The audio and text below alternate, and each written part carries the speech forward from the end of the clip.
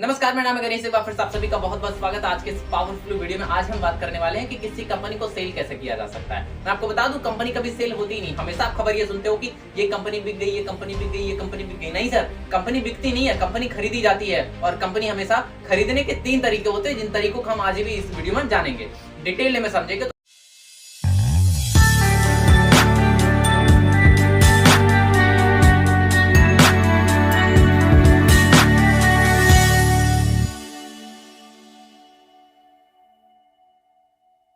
तो पहला इसका तरीका होता है स्ट्रेटेजिक एक्विजिशन, दूसरा होता है इसका बिजनेस एक्विजिशन, तीसरा होता है टैलेंट एक्विजिशन।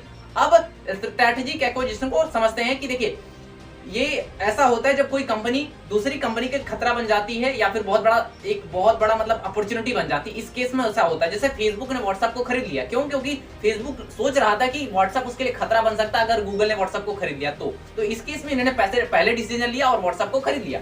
और ऐसा ही एक और ब्रदर देख सकता हूं आपके लिए अपॉर्चुनिटी का, जहां पर वॉलमार्ट ने फ्लिपकार्ट को खरीद लिया क्योंकि उसको इंटरनेट मार्केट में घुसने की एक अपॉर्चुनिटी दिख रही थी। और इन दोनों के केस में यहां पर आपका एक स्ट्रेटेजिक एक्विजिशन हुआ है और इसको कहते हैं स्ट्रेटेजिक एक्विजिशन। ये सबसे महंगा टाइप का एक्विजिशन होता है जहां पर कंपनी सबसे महंगे दामों में खरीदी जाती है। ऑब्वियसली अगर किसी के लिए आप बहुत बड़े फायदेमंद की चीज हो या फिर बहुत बड़ा खतरा हो तो कहीं ना कहीं प्राइस आप बहुत ज्यादा रखोगे कि मुझे इतने पैसे में खरीदा जाए। अगर नहीं खरीदना तो कोई दिक्कत नहीं, हमारी कंपनी तो अच्छी चल ही रही है। तो इस केस में ये सबसे महंगा और सबसे प्रीमियम टाइप का बिजनेस एक्विजिशन, सबसे प्रीमियम टाइप के बिजनेस की खरीद बेच होती है। अब सेकंड पॉइंट की बात कर लेते हैं जिसको कहते हैं बिजनेस एक्विजिशन। इस केस में क्या होता है, जब कोई कंपनी बहुत अच्छा कर रही होती है अपनी फील्ड में और उसको उसी सेक्टर के दूसरे फील्ड में जाना होता है, तो इस केस में वहां पर बिजनेस एक्विजिशन होता है। उदाहरण के तौर पर समझते हैं प्रतिलिपि। प्रतिलिपि एक ऐसा प्लेटफॉर्म है जहां पर राइटर्स आते हैं अपने रीजनल लैंग्वेज यानी हिंदी, अंग्रेजी, उर्दू, तेलुगु, मलयालम, कन्नड़, इन सभी लैंग्वेजेस में अपने कंटेंट को पब्लिश करते हैं, रीडर्स उन्हें पढ़ते हैं। अब उनको ये लगा कि मैं तो इस इंडस्ट्री में बढ़िया कर ही रहा हूं, तो हमें क्या करना चाहिए, कोई एक नई कंपनी ढूंढना चाहिए जहां पर पॉडकास्ट में हम आ जाए। तो उन्होंने क्या करा, IVM पॉडकास्ट नामक कंपनी को खरीद लिया उन्होंने। अब इसको हम कहते हैं बिजनेस एक्विजिशन, क्योंकि यहां पर क्या हो रहा है, आप देखो कि यहां पर कोई दूसरी कंपनी दूसरे इंडस्ट्री में जा रही है और यहां पर उस कंपनी को पूरा खरीद ले रही है क्योंकि इन्होंने लिखने में अच्छा करा था, उन्हें पॉडकास्ट बेची है। तो इस केस को हम कहते हैं कि बिजनेस एक्विजिशन। मुझे उम्मीद है कि समझ में आ रहा होगा। और आगे बढ़ते हैं टैलेंट एक्विजिशन। ये सबसे सस्ती टाइप की होती है।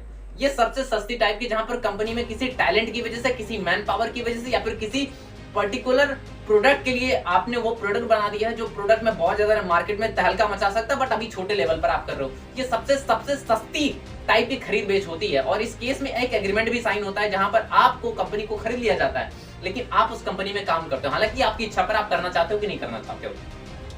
वहां पर आपकी कंपनी को खरीदा जाता है और आप तब तक उस कंपनी के साथ काम करते हो जब तक बड़ी वाली कंपनी उस प्रोसेस को कंप्लीटली समझ ना ले, उसके एम्प्लॉय जब तक उसको समझ ले। तो एग्रीमेंट के तौर पर आप इसको भी टैलेंट एक्विजिशन में ऐसा ही होता है और आप उनके टैलेंट यानी एम्प्लॉय बनकर यहाँ पर काम करते हो। तो मुझे उम्मीद है आपको तीनों इंडस्ट्री बहुत अच्छे से समझ आई होगी, किस तरीके से किसी कंपनी को खरीदा जा सकता है। अब जिसके अकॉर्डिंग आप समझिएगा कि किस तरीके से कंपनी की खरीद बेच होती है। मुझे उम्मीद है कि आपको तीनों की खरीद बेच समझ में आई होगी। वीडियो अच्छी लगे तो लाइक कीजिएगा, चैनल को सब्सक्राइब कीजिएगा। 250 सब्सक्राइबर के एम लेकर चल रहे हैं, इस अक्टूबर मंथ में सब्सक्राइब करके पहुंचा दीजिए। आपके लिए बहुत बड़ी बात नहीं। और हाँ, अगर अच्छा लगा हो तो बिल्कुल मुझे बताइएगा। बहुत बहुत शुक्रिया। Thank you so much. जय हिंद, वंदे मातरम, इनकलाब जिंदाबाद।